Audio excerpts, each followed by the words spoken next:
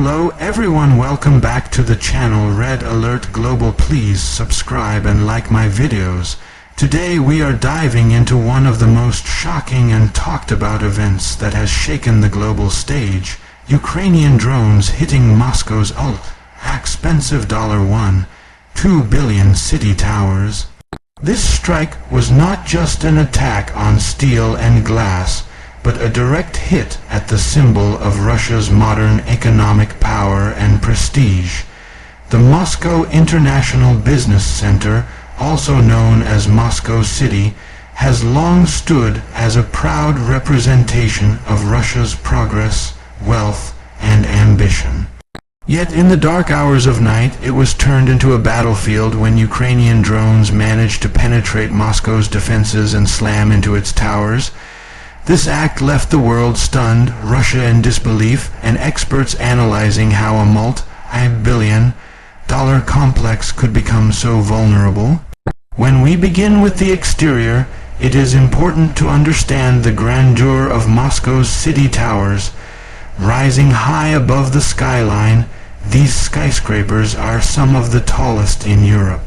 Built with cutting-edge architectural designs, reflective glass and steel frames, they were meant to project both elegance and strength. The gleaming exterior symbolized Moscow's effort to compete with financial districts like London's Canary Wharf or New York's Manhattan. From afar, the towers stand tall like guardians of Russia's modern business hub. But on the night of the drone strikes, the exterior was no longer just a showcase of modern engineering. It became a direct target.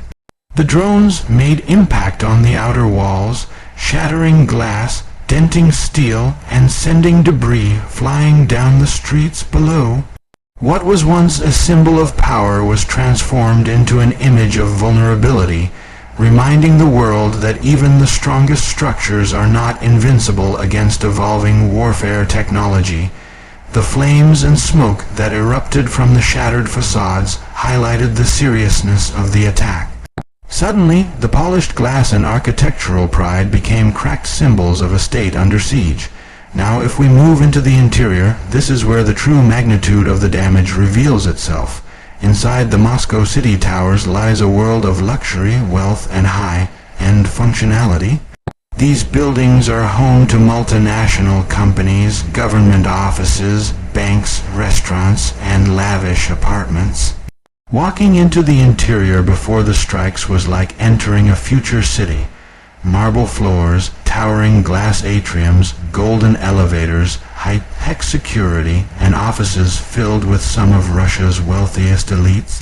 The interiors were not just designed for business, but to impress foreign investors and showcase Russia as a modern financial superpower. But after the drone strikes, the scene inside was one of chaos and destruction. Imagine polished marble covered in soot and dust, ceilings with lights shattered, alarms blaring through the smoke, and office spaces turned upside down. The luxurious interior was interrupted by fear and panic. Employees and visitors rushed to evacuate, staircases filled with people trying to escape, and emergency crews rushing in.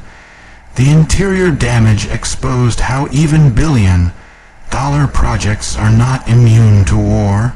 The high-security systems in place could not prevent the panic of ordinary civilians. The once quiet, air-conditioned halls echoed with footsteps of evacuation, mixed with the smell of smoke and dust. The interior transformation from luxury to devastation tells the story more powerfully than the exterior. Inside, wealth could not shield against fear, and prestige could not stop panic. For Russia, the damage inside the towers was not only financial, but deeply psychological. Talking about performance, the drone strike exposed how Russian defense systems failed to perform when it mattered most. Moscow is heavily defended by anti-aircraft systems, radar networks, and electronic warfare units. Yet small, cheap, and relatively unsophisticated Ukrainian drones managed to penetrate these defenses and reach one of the most protected parts of Russia's capital. This failure of performance speaks volumes about the limitations of traditional defense systems in the age of drone warfare. On the other hand, the performance of the Ukrainian drones was impressive in a military sense. These unmanned aerial vehicles traveled long distances, avoided detection, and struck a symbolic target right in the heart of Russia's financial hub.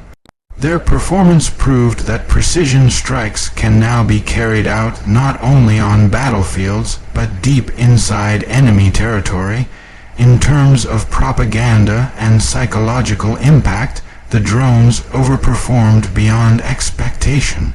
They shook public confidence in Moscow's security, sent shockwaves through the Russian elite, and showed the world that technology can level the playing field in modern conflicts.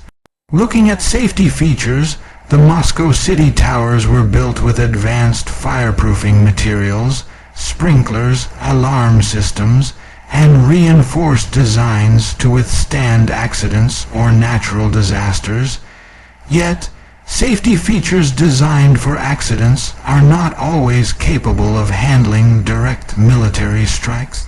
When the drones hit, the alarms worked, the sprinklers engaged, and emergency evacuation protocols began, but the shock factor overwhelmed these systems. Civilians were still trapped in fear, businesses were paralyzed, and structural damage put lives at risk. The safety features were effective in saving lives to an extent, but they were never meant to deal with drone warfare.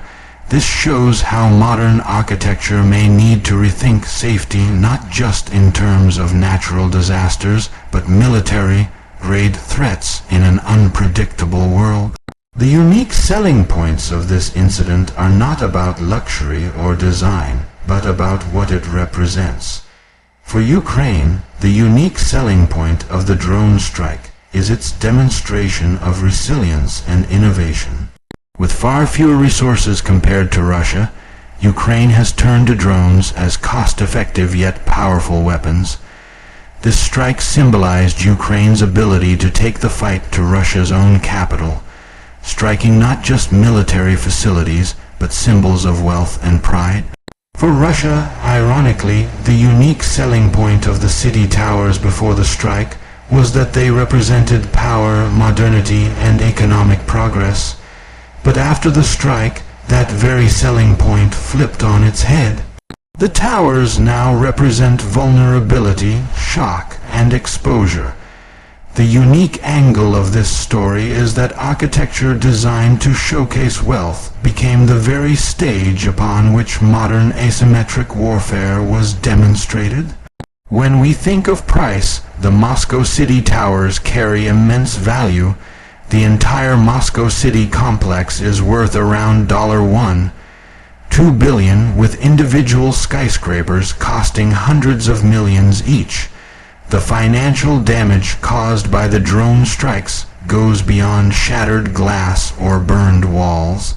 The reputational cost to Russia's global image is immense.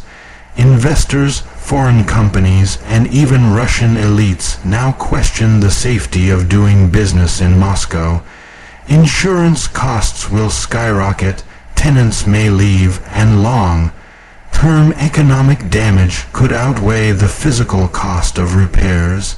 For Ukraine, the price of these drones is shockingly low compared to the damage inflicted.